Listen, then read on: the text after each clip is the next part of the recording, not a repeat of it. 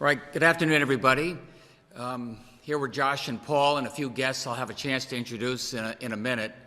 Let me just spend a few days, give you a quick update on our daily summary. Positive cases, about 2% of the tests performed tested positive. So that's more good news, as you can see.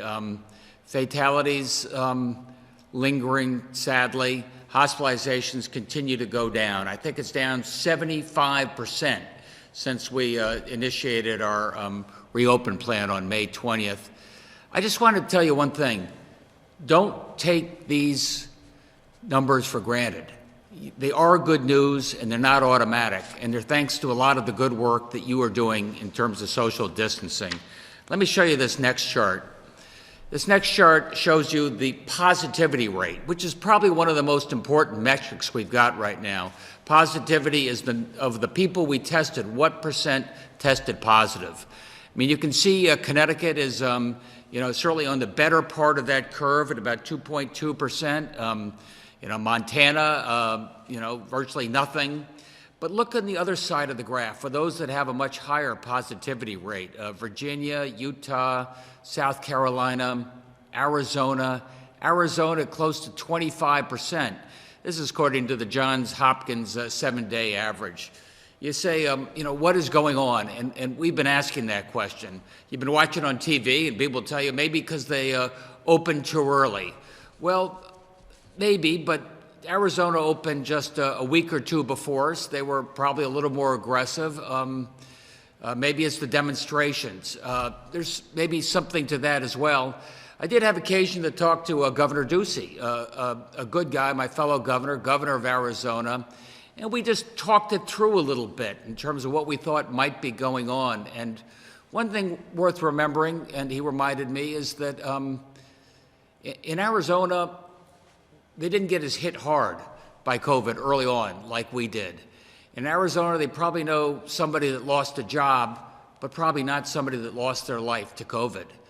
In Connecticut, you know somebody who lost their job, and you know somebody that lost their life. And I think that's made Connecticut, thankfully, a little stricter than the norm when it comes to wearing the mask and taking the social protocols seriously. And that's why hospitalizations are down so much even since our May 20th reopening. And we've got a little thoughts on wearing the mask. Everybody says, you're not as clear as you could be. You say wear the mask indoors, and you don't necessarily have to wear it outdoors. What if I'm in a screened-in porch? Do I have to wear the mask? Well, you have an answer for you here. We're putting this up. It says, if you have to ask, wear the mask. That's a kind way of saying use good judgment here, because our indications are by far the most important thing we can do to slow the spread of COVID and make sure we don't have a resurgence is for people to stay disciplined when it comes to the mask. Max, do you have the video?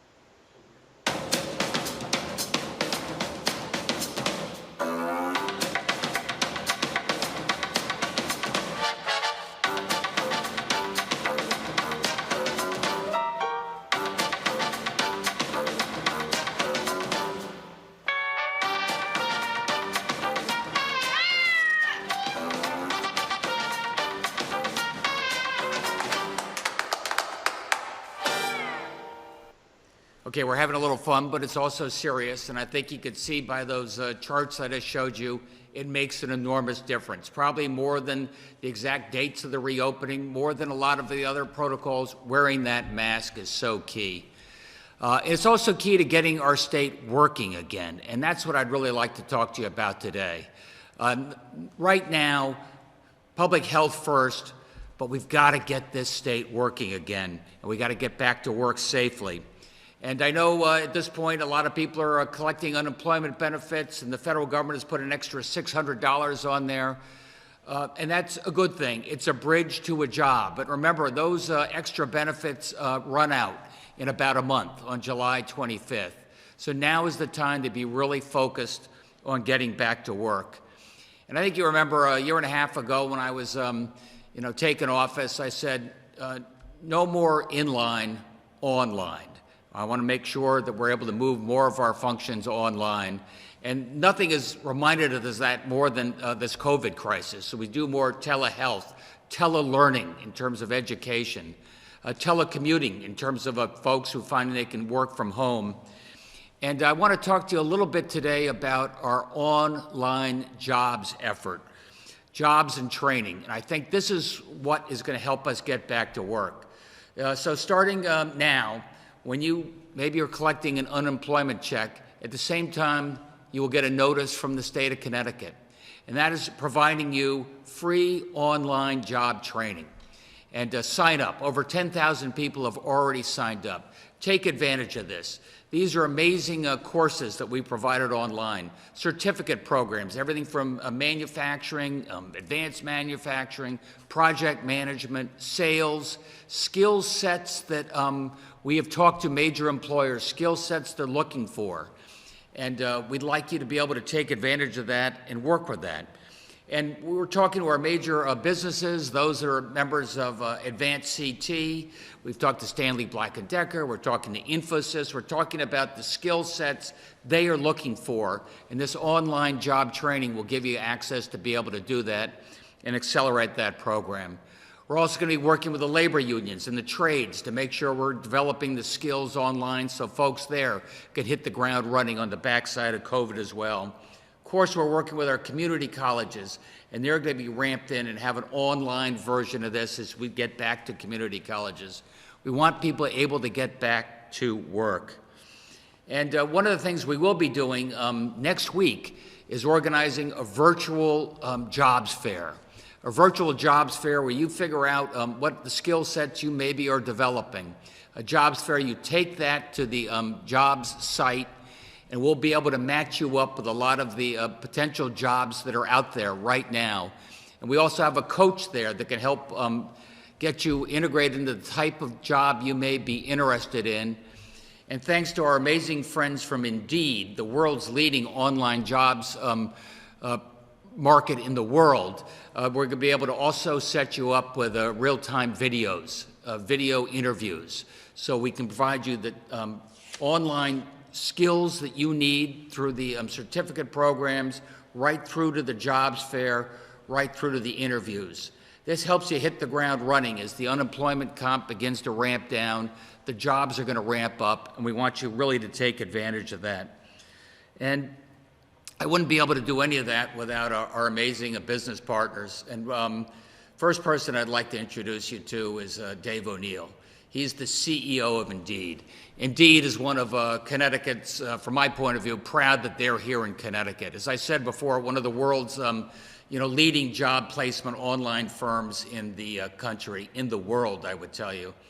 And I want to leave you with one thought before I introduce Dave. I was just talking to him again this afternoon, and he reminded me that, look, the bottom fell out of the jobs market for 3 or 4 weeks. That was over a month ago. And now the jobs are beginning to come back, and he's seen a real uptick in jobs in service and retail, nurses, sales associates. He has a crystal ball, and Indeed can help you find where those jobs are that you might be most interested in. Remind me there's a real need for drivers out there. And we looked at the numbers, and if maybe 3% of people were ordering food online or for takeout 3 months ago, today it's 15%. 15%. So that just reminds you that the COVID job market is very different, or the post-COVID, than it was pre. And with that, Dave, I just want to thank you so much for helping us get this virtual jobs fair together, what you're doing in the online promotion, and tell us a little bit about the market out there and what you see for people. Sure thing. Well, thanks, Governor. And you gave me a little bit of a promotion. I'm actually the COO, the Chief Operating Officer of Indeed, but we really appreciate the opportunity to partner with you and the state to try to help get the state back to work. And this initiative, the Back to Work initiative, really ties into Indeed's mission, which is to help people get jobs. Connecticut's been an important part of our company's growth and success. It was one of our founding locations when we started about 15 years ago, and we've now grown to over 1,000 employees in Connecticut. So when there was this opportunity to help the residents of the state whose jobs have been impacted by COVID-19 get back to work, we were really eager to get involved. So what we've done is we've been able to take our technology and create a custom jobs portal for the state that will allow job seekers to quickly and very easily find open jobs near them. We allow job seekers to go to the portal and create a resume and upload it there. And they can also search for jobs, and companies can search for resumes for looking for specific skills there. And companies, usually their jobs will automatically show up on the portal. But if you're a small business that doesn't have a career website, you can go and post your jobs directly to the portal, and those jobs will be available to the job seekers that visit. So we're really designed this to try to bring Indeed's job search technology and everything we've learned about helping people get jobs over the past 15 years directly to the residents of Connecticut. And in addition, you also mentioned that we're hosting the virtual job fair, or the virtual hiring event, to help connect job seekers to employers who have immediate hiring needs. So this hiring event is going to happen next week, the 16th to the 18th of June. We'll have nearly 40 employers looking for jobs like healthcare aides, nurses, retail associates, restaurant workers, warehouse workers, sales specialists, many others. And job seekers who sign up to attend can kind of skip the long application process, and they can move forward to the interview. And hopefully that allows workers to get back to work much faster. There's also a free webinar on the 15th of June where job seekers can get tips on how to succeed at a virtual hiring event, how to succeed with virtual video interviews. So we're really excited about the opportunities. And to your question about what we're seeing, healthcare workers are always a really important job market for Connecticut. So nurses assistants, home health aides, that's kind of a stable set of job opportunities that we're continuing to see. We've seen a big spike, as you mentioned, in delivery workers and logistics workers who are really helping everybody as we're dealing with this stay-at-home economy. And then as businesses start to reopen, we're seeing Main Street businesses starting to hire again. So, restaurant workers, retail workers, beauty and wellness, dental. And those are things that we're seeing really across the country. And we're happy to help plug job seekers into those opportunities and help employers get the workers that they need. Hey, thank you, Dave. And it's worth noting that this is the first partnership that Indeed has done with the state, and we hope to see this grow and expand. Dave will stick around and be able to answer some questions, but first I'd like to introduce Chairman of our Workforce Council, Garrett Moran.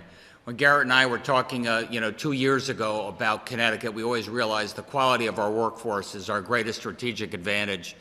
And Garrett, maybe it was a little easier when we were first talking because we saw where there was obvious needs, and for example, in advanced manufacturing, skilling people up for jobs that we weren't filling. And I'd just love to hear your thoughts now in this post-COVID economy. What are the type of jobs we're thinking about and how we can help people match there? Garrett? Thank you, Governor Lamont. Good to be here today.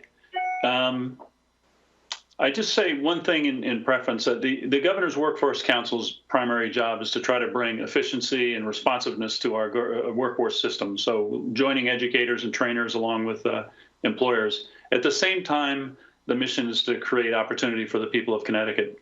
And that's anybody looking for a job, but it's also people who have faced obstacles, financial obstacles being available for work at times that work for their families and so forth. A big part of our focus and mission is that what I'd call opportunity agenda. In the wake of the COVID virus and this tragedy surrounding George Floyd, we are all reminded that we need to make this real, that we can't just create a plan and put it on a shelf, and we can't just do the happy talk. We have to do things are real. Today is exciting because we've got some real stuff to announce. The amazing Indeed team responded very rapidly to our request. We called them and asked them for their help because they knew what kind of an engine they had. They created this job portal, and the job fair opportunity almost seemed like overnight, which is great. At the same time, we're announcing 2 free online learning curricula that will be available to anybody on unemployment in the state. One was previously announced 5 weeks ago under the heading of Skill Up Connecticut. which is our metrics online learning curriculum, which is primarily focused on software. That was announced 5 weeks ago, and already 11,000 people in the state have registered, and 1,500 have already completed courses. So that's going like a house on fire and is very exciting. Those are all courses that lead to certificates and jobs, and the demand for IT skills in a specialized way, but also in a generalized way, is unabating. It's one of the real sources of demand among employers, and it makes anybody better at their work. So these are courses that you can do if you are in a job but waiting at home to go back, if you're trying to switch careers, or if you're trying to just generally make yourself more marketable within your firm. Today we're announcing another program called 180 Skills, which is a manufacturing-focused program. This is battle-tested. It's very popular in other states around the country. A lot of it was created by some manufacturing companies, and a lot of customized learning pathways have been created. It should be very accessible. Again, this is going to be available to all of our unemployed workers. The manufacturing sector has had a hiccup, but it's still fundamentally strong, and we expect it to come back. So this is another area where to the governor's question, where we think there will be continuing resilience. And third, an area where we spend a lot of time is healthcare, which is more challenging in an online context because of the clinical needs for learning. But we're working with a lot of our educators and trainers to come up with similarly low cost and accessible learning. So this is only the beginning. With that, I think I'll hand it over to Dante Bartolomeo, the Deputy Commissioner of the Department of Labor. Well, thank you, Governor, and thank you, Chairman Moran, and our other partners, including Indeed and sister agencies. Commissioner Westby and I are so thrilled to represent the Connecticut Department of Labor here with all of you. To date, Connecticut Department of Labor has received over 610,000 applications for unemployment. So we are on the front lines of this unemployment crisis, and we are talking to and connecting with claimants daily. We understand the pain and the anxiety that they're going through during this crisis. So we are really, really excited and honored to be partners in this effort to get Connecticut residents back to work. We know we have a skilled talent pool, and we know that businesses are looking for folks. So to date, we have sent out over 473,000 letters, or emails, I should say, to our applicants, and trying to connect them with Skill Up and Connecticut business offerings and the manufacturing program that Commissioner Moran just spoke about. So we're very excited. We know that this initiative is really going to help people improve their skills, build a network, and get Connecticut residents back to work. So thank you for incorporating us into your initiative. Thank you, Governor. Well, thanks, Dante and Garrett. And it's worth pointing out, as Garrett said, I want to make sure this is a jobs program that works for absolutely everybody. And we made a special effort to reach out to some folks that, sometimes get left behind. I should have mentioned that part of what we're doing with the jobs fair, what Indeed is doing, is they're working with Goodwill. And Goodwill has agencies all over the state reaching out to communities to make sure that everybody there knows that they're included in part of what we're trying to do here. People of color, folks who maybe don't always have that opportunity and the online opportunity. And Glenlyn Thames, Deputy Commissioner in Economic Development, is helping to take the lead in reaching out to this community as well. Glenlyn? Thank you, Governor, and thank you, everyone. A lot has been said already, so I'm going to be very brief so we can get right to the Q&A. But the Technology Talent Fund was established as a resource for both workers and employers out of DECD to ensure Connecticut has the workforce and talent needed to fuel growth in the technology sectors of Connecticut's economy. And so this fund was set up to invest in solutions just like we're talking about today for the remote learning tools. That said, the workforce development, is economic development for our communities and our residents. And now more than ever during this economic downturn, we have been focused on upskilling our workforce in partnership with our business community. And so if you find yourself unemployed, underemployed, please use this opportunity to take advantage of these new platform and online resources to retool, discover new skills, and connect with new job opportunities that will enable you to come out of this stronger. I want to give a special thank you to David and Indeed, Garrett and the Governor's Workforce Council, and Dante and the Department of DOL for this partnership and leveraging our resources in this way that is most impactful to our residents that are most in need at this point in time. So thank you. Back to you, Governor, for Q&A. All right, well, I guess it takes a village, so if you have any questions, we've got Gwendolyn, you got Dante, remember Garrett Moran, broadly in terms of our Workforce Council, and Dave O'Neill in particular as regards this portal and what we're doing, and of course Josh and Paul that answer questions more broadly about where we are. NBC Connecticut. Governor, there are people coming up maybe from Florida, Texas, those with spikes in cases. Is the state looking to mandate any shelter in place for 2 weeks, similar to what Maine's doing? We haven't gone there as yet. Obviously, if you're feeling any symptoms at all, we want you to shelter in place, as you point out. We haven't required any testing or anything along those lines, but we are looking at the infection rates pretty carefully. And as far as more the economy, I know that there had been some hope that this would be more of a V-shaped recovery. It doesn't seem like that will be the case. Is there any data on how many jobs overall once things reopen, what the deficit's going to be from post-COVID and pre-COVID? The budget deficit for Connecticut? Well, first of all, I hope it's a V-shaped or at least a U up. I don't want a W. Back up and then down again. And that's sort of what we worry about when you see the potential of these flare-ups and what you see in some other countries. You know, broadly speaking about Connecticut's budget, we have a deficit. The deficit is related to the fact that income tax and sales tax have taken a big hit. This is true of every state in the country. Most other states are more severely hit than we are. Fortunately, we did keep our rainy day fund intact, so that means we'll be able to get through this fiscal year, June 30. And more importantly, if we get this economy going back, we'll be able to get through the next fiscal year as well without having to do big tax increases or big spending cuts. But that's why this workforce effort is so important, to give people confidence in the skills and to match the skills and the jobs that are out there. Because you've heard from Dave, the jobs are coming back.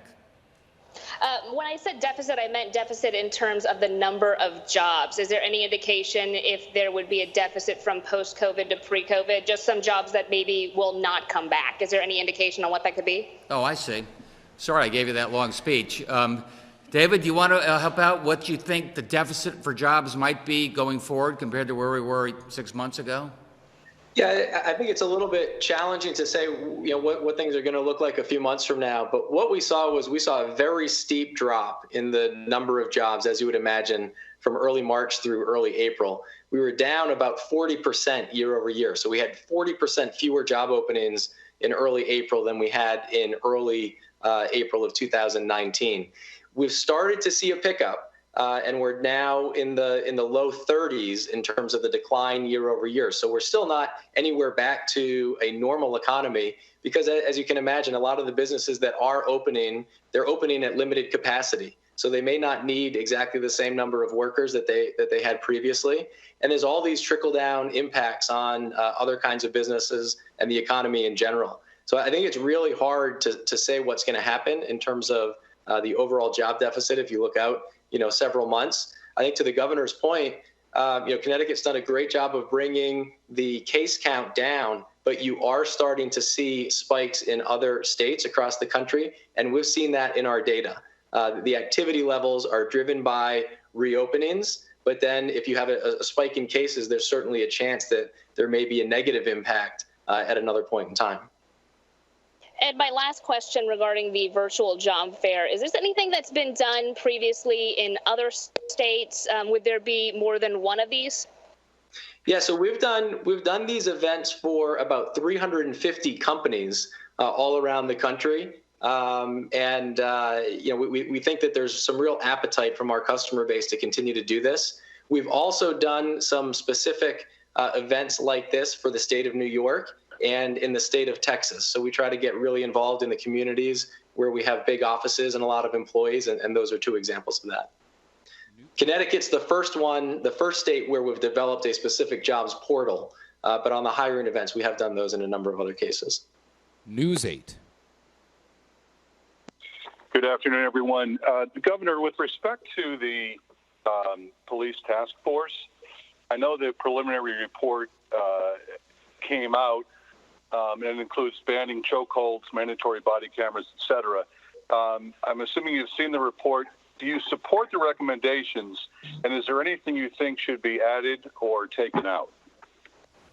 Look, I am supportive of the recommendations. I really appreciate the task force accelerating these recommendations in time for us to take a look at it, in time for the legislature to take a look as well. I believe strongly in community policing. I'd like to make this a broader piece of what we try and do going forward. Given the protests in and around George Floyd's tragic killing, I think you've seen how police working in collaboration with community activists have kept the peace and allowed people to express their First Amendment rights. The other thing that Paul and I are working on with the commissioners and Commissioner Ravella as well is sometimes police have to respond. Maybe it's a domestic abuse case, maybe it's drug-related, but often you need somebody else there as well to make sure you have the appropriate response. Maybe it's a social worker who knows the family, or maybe it's a social worker who understands addiction in a way that they can provide the right response. So we're going to broaden the lens as we work with the legislature to come up with a good solution here. WTIC 1080 News.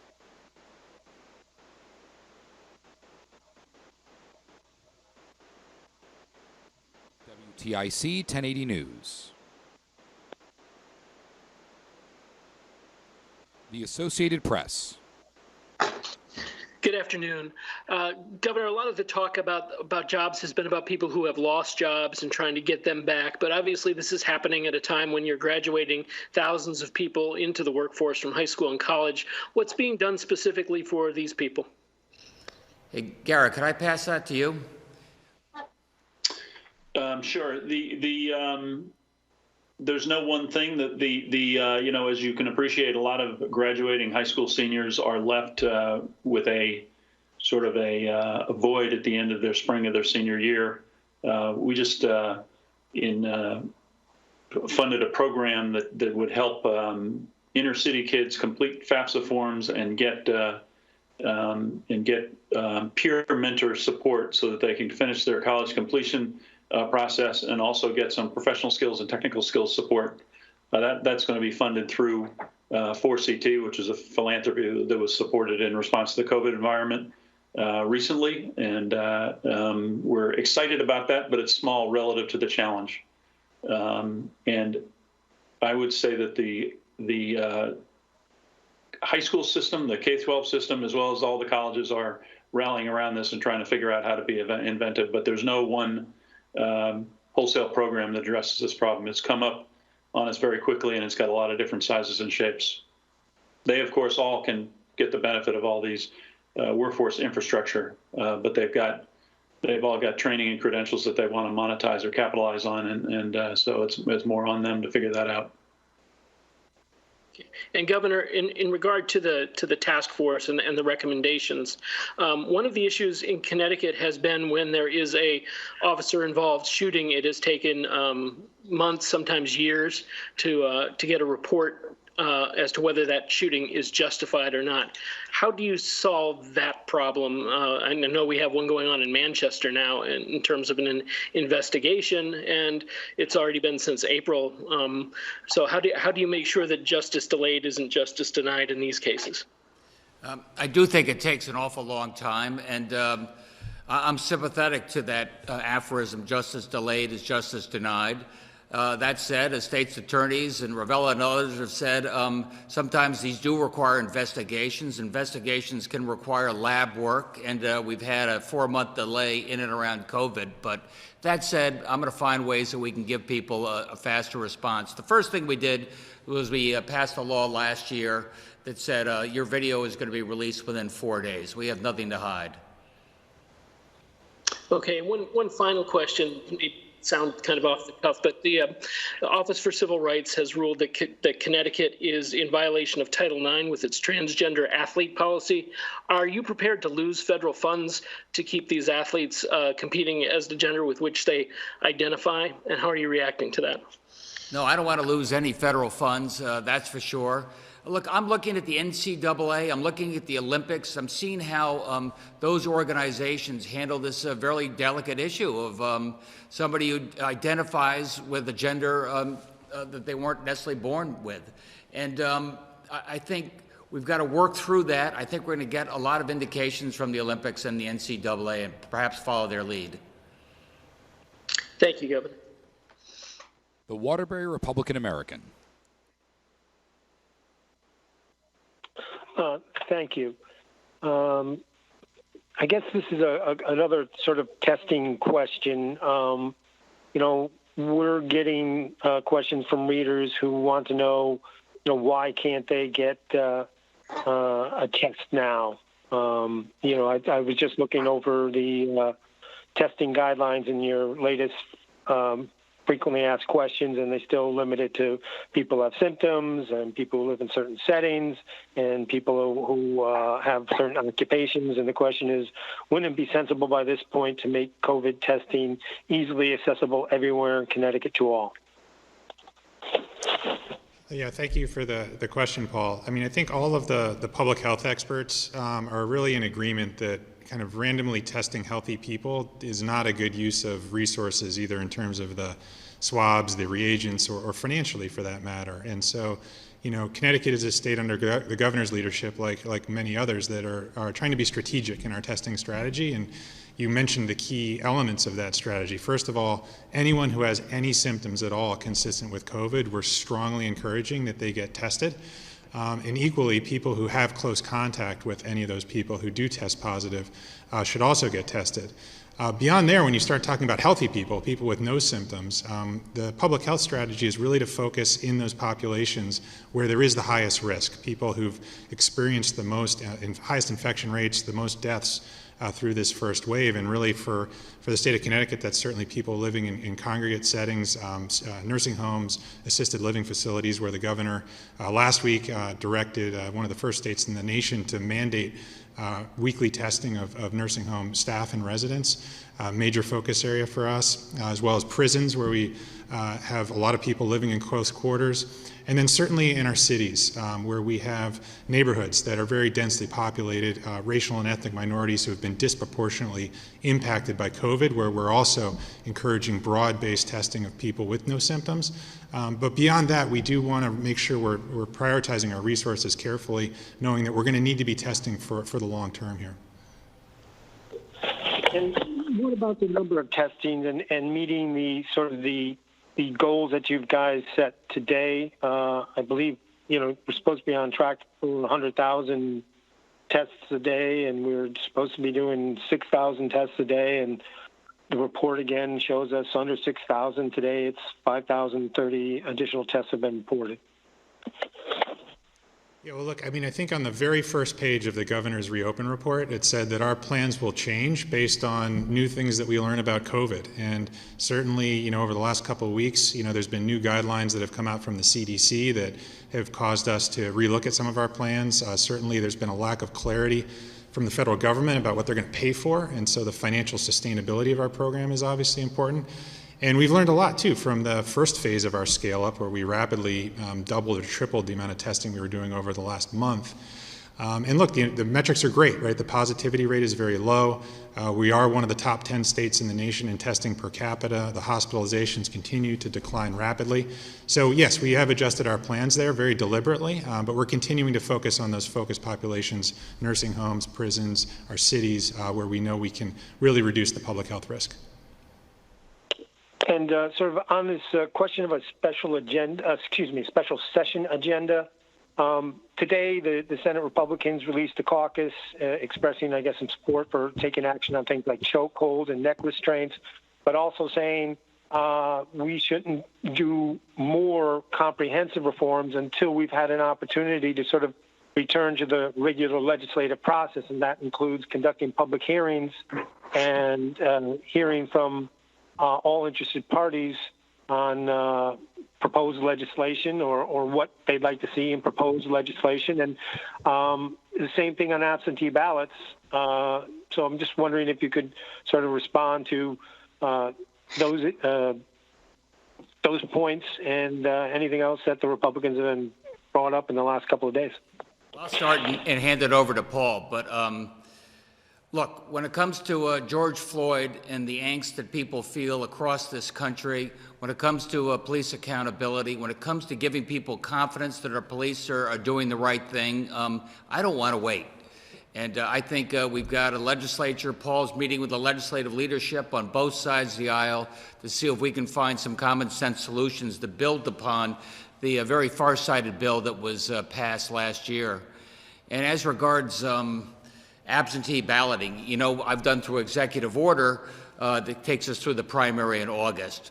But I worry, I think we all worry that there could be a second surge of this pandemic. It could be in October, November, right in the middle of a very important contested election. I think it's really important that the legislature take this up and make sure that people who feel at risk in terms of their health in this COVID era can still exercise their right to vote, but without having to wait in a long line to cast a ballot. You saw what happened in Georgia just a couple days ago. I don't want that to happen in Connecticut. Paul? And as the governor stated in his letter to both the caucuses and legislative leaders of the legislature, this is not a time to wait. This is the time to seize the moment. And that's what the governor is looking to do. And so as we said, the letter provided by the Senate Republican leader and their caucus represents one caucus out of 3 within the legislature. We look forward to hearing from the other caucuses as well as we have further discussions. But at the end of the day, the bill that will be taken up is the one that has consensus within the legislature. And that's when the governor will call for a special session. Dave New London. Questions that I think anyone could answer. One, I was just wondering if you could clarify some of the online training programs that people could do for free at this time. Eric, do you want to talk about the online training programs? Sure. There are 2 programs. They're both being made available now to anyone who's filed an unemployment insurance claim. One is under the metrics banner. The underlying curriculum is called Branded Skillsoft. It focuses a lot on the IT skills, a lot of related business process skills and so forth, but IT is the center of it. It's many thousands of courses organized into badges and so forth, and can result in earning certificates that have real market value. This is widely used in corporate America, so it's constantly tested in terms of its market utility. The other is called 180 Skills. It was created by the Boeing Corporation, and it has typically been a combination of online with on-site training. Now it is focused pretty much solely on remote learning for obvious reasons, I guess. Advanced manufacturing, a lot of life skills curriculum in that one as well. So professional skills, how to show up at work, how to plan your life, how to work in a team and so forth. But the core competency is manufacturing. We're talking to a number of community colleges as well as companies who we hope will be able to use this curriculum and make it available in the case of companies to their incumbent workers who can leverage this curriculum and upgrade their skills while they're at home. And in the case of community colleges and other colleges, have them integrate this curriculum into their teaching processes. So a professor might teach a course and tell his or her class to watch some of the classes that are embedded in 180 Skills or metrics, so that they could complement and improve the quality and the market relevance of what they're teaching. But those are available now, as I say, to unemployment applicants. 180 Skills we hope to get companies to sponsor as well as academics. I'd only add to that there are a number of aerospace certificate programs there, and we've worked on that in association with Pratt & Whitney for reasons you can figure out. There are a number of IT-related programs available, and we've talked to Infosys about some of the skill sets necessary and what they see in the market. There's a fair amount there about sales and customer service. So we work with Stanley Black & Decker when it comes to some of the programs we have. So we're trying to do this in association with our companies to make sure the job set is very relevant to the Connecticut economy. In our state, we have 4,000 manufacturing companies that have an average of 20 employees. So a very big universe of companies that are suppliers typically to bigger companies. They don't have the HR departments or the bandwidth, so to speak, to do this kind of training. And our team is in communication with the Connecticut Manufacturers Collaborative, which are a bunch of folks who fit that description, who are very interested in engaging with us on that, so they can be effective in maintaining the skills of their workers, notwithstanding their small size. So it could be a very good fit. I also imagine there are a good amount of people out there who maybe have jobs that would be coming not in phase 1 or phase 2, but further down along the line in phase 3, maybe, bartenders, event planners who maybe assume that their job will come back someday, or they know their company will reopen but aren't sure whether they'll still have a job. What advice do you have for people who maybe are hesitant about doing other training or applying for other jobs because they're still, hopeful that they will get their job back eventually? In part, I think it's a personality question. I'm risk averse. If I thought my job might not come back, I'd be preparing for the alternatives. These are things that are easy to get access to. They're relatively straightforward to work on. You can test your likes and dislikes. There are online competency tests that would allow a bartender or waitress to figure out whether they might fit or better in healthcare or IT. They could go test that by doing some coursework.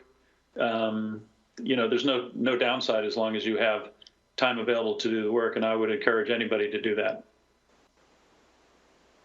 Move along next to CT News Junkie. Thanks, Max. So I don't know if Dante might be able to answer this question, but what is happening with summer youth employment funding? I believe that it was included in the budget, but I don't know if that's happening this summer or not. So Summer Youth Employment Program is still incorporated into the budget, and it is still allocated to go through Connecticut Department of Labor.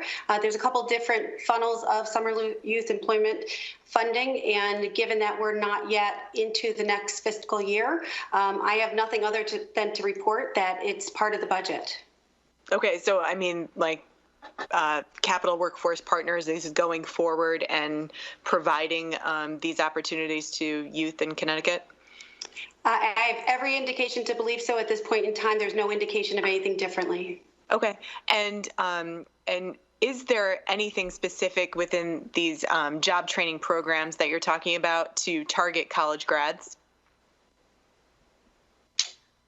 Not in particular. They're open to everybody, and I think the salient point here is that they're free, that they are market tested in terms of providing for certificates that employers recognize and want to hire for.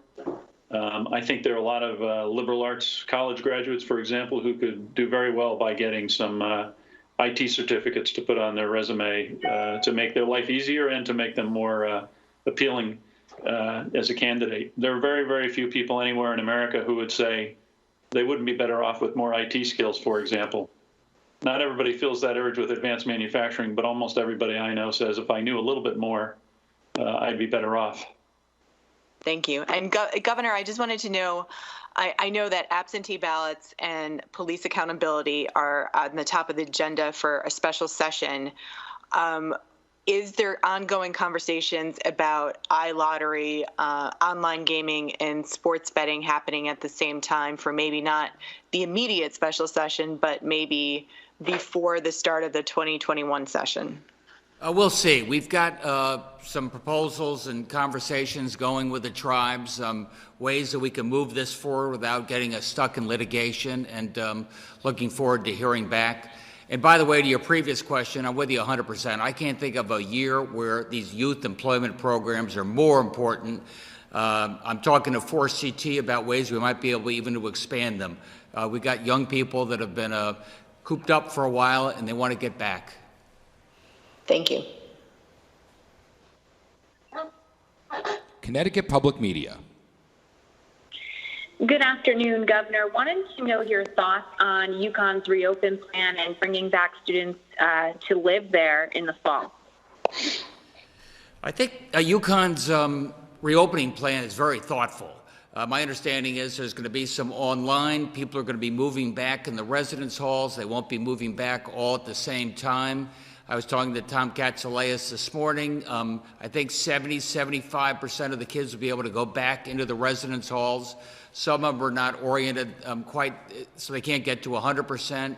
When it comes to cafeterias, the food will be takeout, so you don't have 500 people sitting in a particular cafeteria. I think the classes are going to be going forward. Some may be online for the older professors, but I think the vast majority will be a traditional college experience. So I think they got it right. The Connecticut Mirror. When the Governor's Workforce Council was put together, unemployment was somewhere between 3% and 4%. And Garrett Moran spoke very optimistically about the ability to get employers to look at workers who perhaps in a different economy they would not look at. Can you give me a sense as to what is the feeling now as to what's a realistic goal? Some of the what you guys have all been talking about today sounds similar to what you were talking about last fall and into January.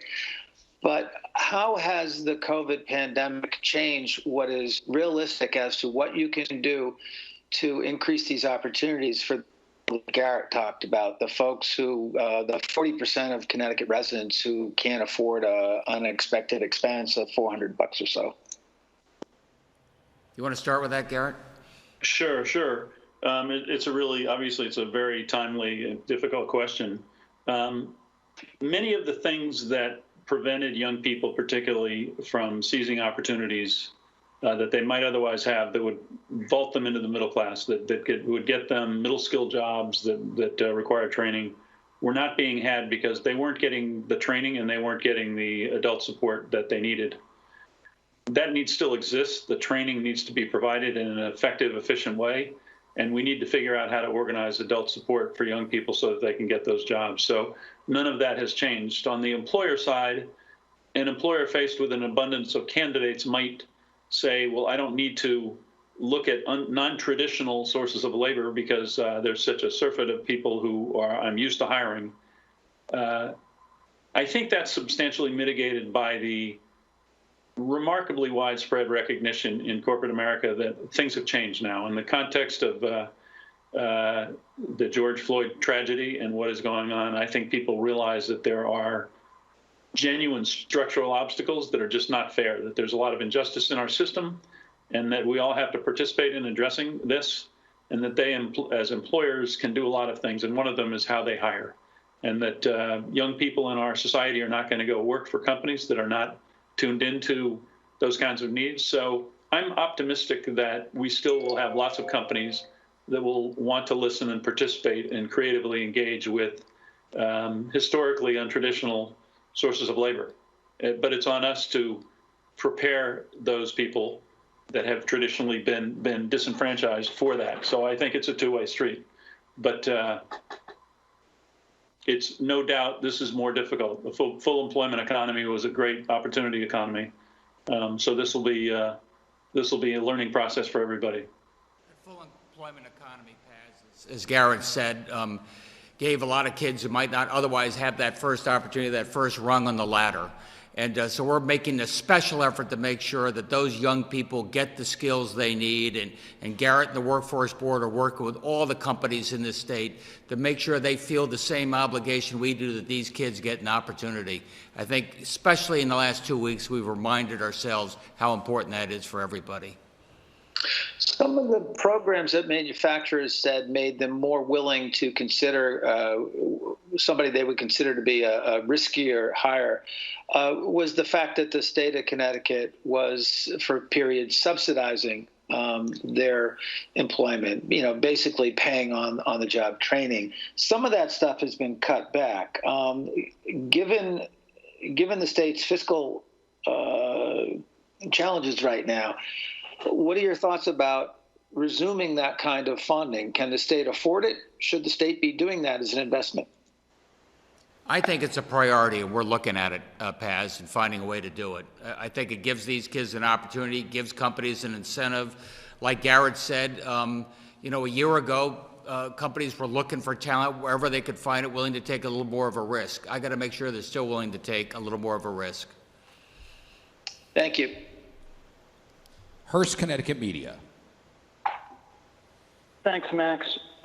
Could Josh or Gwendolyn give me some details on what the contract with Indeed amounts to, who's paying for it, and how it was bid out, please?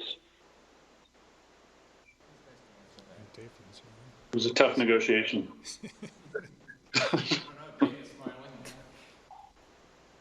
I think I can answer that. They're both free. Yeah. And how is Indeed making money on this then? So we're not making money on the virtual hiring event. We're offering that for free. It is a product that we offer to employers more broadly on a nationwide basis. So you know, we believe that in this instance and in this moment, given what the country is going through, that we can do partnerships with you know, the places, especially where we operate, and have a chance to make an impact, a positive impact on the communities, without a big concern for, you know, what our take on that is going to be. Well, and then just maybe it's free for go ahead. employers who are participating as well as the job seekers. So what's the value then of the Connecticut Back to Work initiative, like monetarily? What's the budget impact? There are four components: the two Dave just described, and then the two other software programs. They're both funded by one by the Tech Talent Fund, which is a set aside that bond funded that Glenn Thames oversees, and the other's source was a couple $100,000 from Chifa, which has a philanthropy arm. So there's no cost to the state of any of this stuff so far. Okay, thank you very much, Governor. Hartford seems on track to defund the police department. Can you give us a reaction to that? I don't think it's going to be defunding the police department. That would shock me. I think, broadly speaking, as I suggested before, look, I believe in police departments. I believe in community policing. I believe policing is much more effective when you work in collaboration with the community. But I would bring in the social service providers as well. It's not an either-or, cut from here, social service there. I think you need both in order to address the real needs that are out there. Thanks. And the House Republicans today sent the governor a letter asking for you to rescind funding relief for 90 days to possibly push back into at least September the scheduled pay raise. Is that something, A, you've read, and B, you're considering, Governor? It's called a contract, Ken, and I didn't sign this contract. It was signed before the legislature signed off on it, and the contract calls for, you know, that increase on July 1st, I think it is. I think you've heard my point of view on it at a time when you have, you know, hundreds of thousands of folks who are on furlough, on unemployment, just struggling to keep their job. This is not the time for an across-the-board pay increase, but a contract is a contract. And I'll also add, that was one of many things they mentioned in their letter. I think one of the other things they mentioned in their letter was to try to question the governor's authority and his executive orders, particularly saying that they want to do a broad review. So we actually did a broad review for an understanding. About 70% of the governor's executive orders have relaxed a statutory or regulatory requirement that was previously passed by the General Assembly under law. 70%. To allow for the governor to respond to this public health emergency, to ensure our municipalities were able to do what they need to do, and ensure that our health sector was able to respond. So we look forward to if they want to do a further review, but easily we'll be happy to send it right over to them. Thank you. Channel 3 Eyewitness News. Good afternoon. I had a question for Dave from Indeed. You handle a lot of help a lot of people trying to find jobs. Is Connecticut's workforce prepared? Do you think that people can slide into some of these jobs, or do you think it's going to take people a long time and they may get frustrated and try something else? I mean, how prepared are these people that you try to help? Yeah, I think that's a good question, and it really varies based on the type of opportunity that a job seeker is going after. When we do these virtual hiring events, we typically do some early stage screening just to verify the eligibility of the job seekers for the roles that the companies are hiring for. And the skill levels and the requirements can really vary significantly. So I think in a number of these service sector jobs, the number of skills in terms of certifications or advanced education that are needed are fairly limited, and those are the jobs that are needed right now. So I think we've been trying really hard to get those employers matched up with job seekers who can help them run their businesses. And then to some of the other points that have been made, when local municipalities or the state put into place programs where job seekers can build skills that are matched to the demand in the market, then that becomes a really impactful part of the process. Thank you. And my other question is for Dante Bartolomeo. Dante and I have talked a few times about the contact center, which is going to open in mid-July. Is it still very crucial to have that? I would imagine it would, even though we're seeing a decline in people who are, may not need benefits for that long, but you're going to find people who are going to need partial benefits, right? Because business is not going to bring back as many employees. And what's the status with the contact center and negotiations? So you're going out in and out a little bit, Susan. Yes, it is still absolutely necessary that we get the contact center up and going. Given the pandemic, we had to close the AJCs, the American Job Centers, to the public, as you know. So we need a way to be able to connect with our customers more than we were prepared to have. We didn't have the technology available for that. We didn't have the phone service available for that. And without personal contact, which customer service was fantastic when we had 18 locations throughout the state that customers could go in and work with folks. Given the pandemic, we found ourselves in a very, very difficult situation, as well did our claimants. It's imperative that we have it because not only are we seeing, this influx in Connecticut state unemployment applications, which is slowing slightly right now, but we also had to stand up 3 additional federal programs without any notice at all, as you are aware. So we've stood up the $600 FPUC. We've stood up the PUA for self-employed and other exhaustees. We've stood up the PEUC for exhaustees as well. We're in development and preparing for the EB, which is the extended benefit for the state unemployments, which we've triggered because of the quick increase in unemployment rates. And there may even be one beyond that. So the point is that we are still in the middle of these programs. They will continue with the extended benefits, especially. And then there's also a need on the back end to be working with folks a lot and to be able to be doing a lot more of processing on the back end. The contact center we are very excited about is going to have, as you said, mid-July.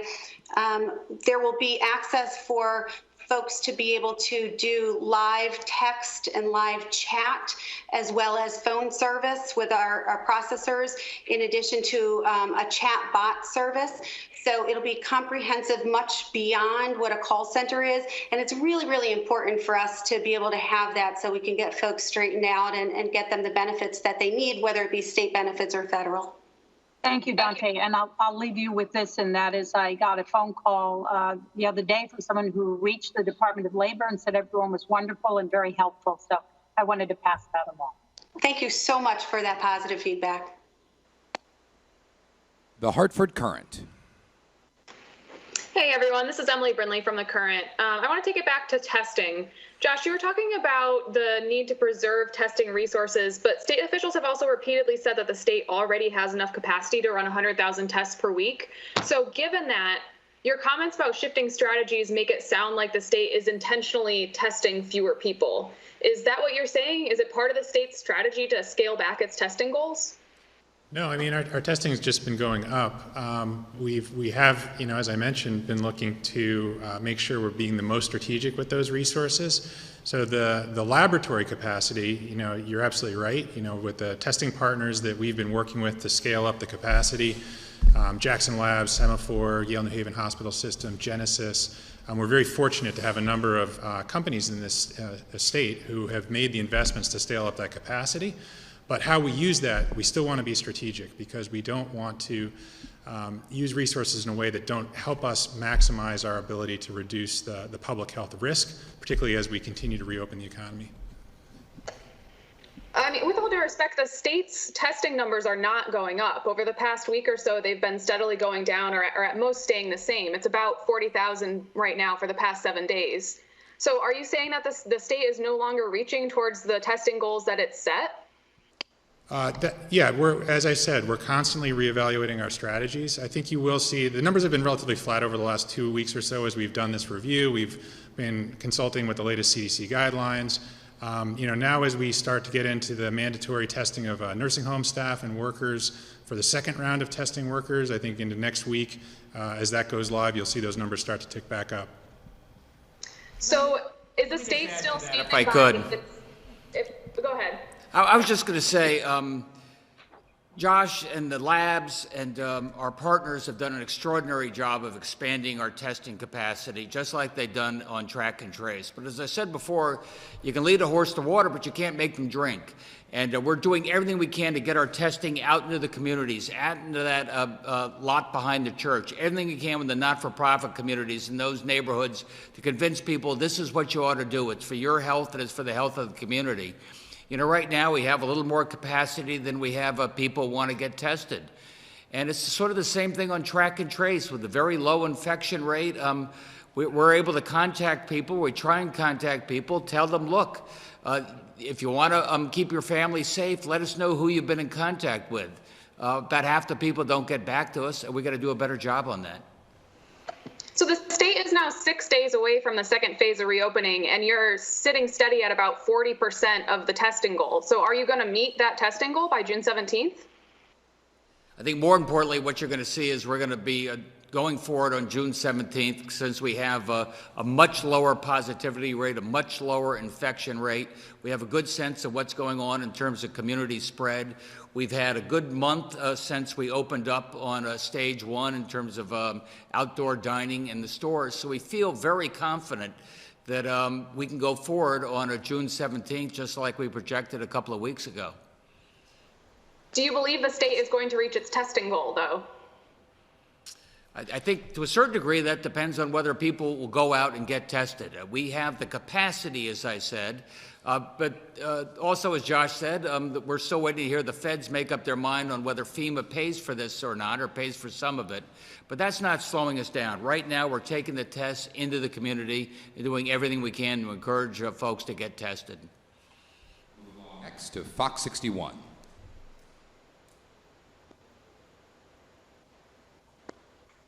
Hi, Governor. Do we have numbers yet on the amount of unemployed residents that have already signed up for these free training courses?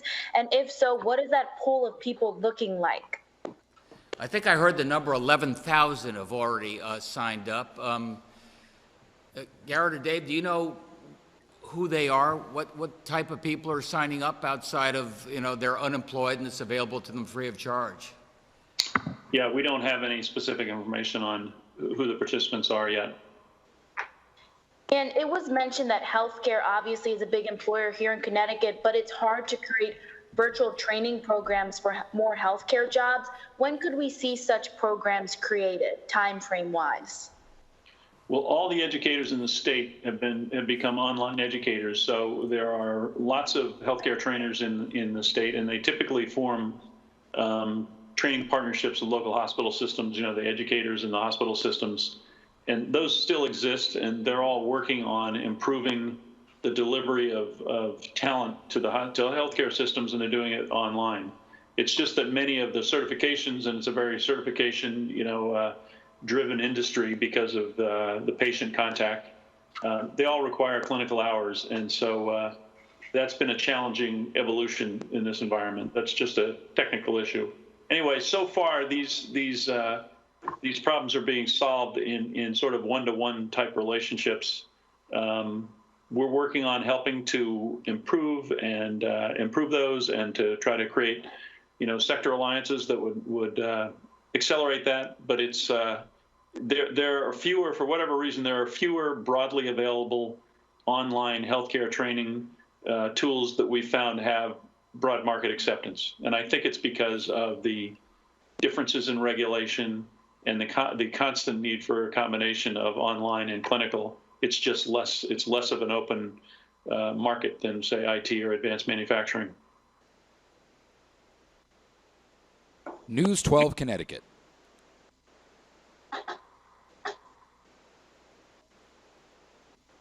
Bosito Media.